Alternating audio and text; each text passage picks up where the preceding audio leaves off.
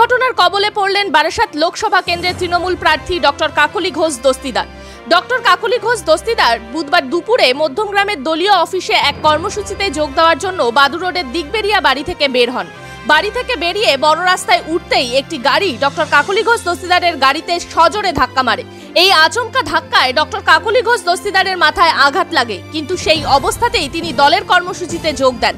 সেখান থেকে তাকে বারাসাত হাসপাতালে নিয়ে যাওয়া হয় চিকিৎসার জন্য।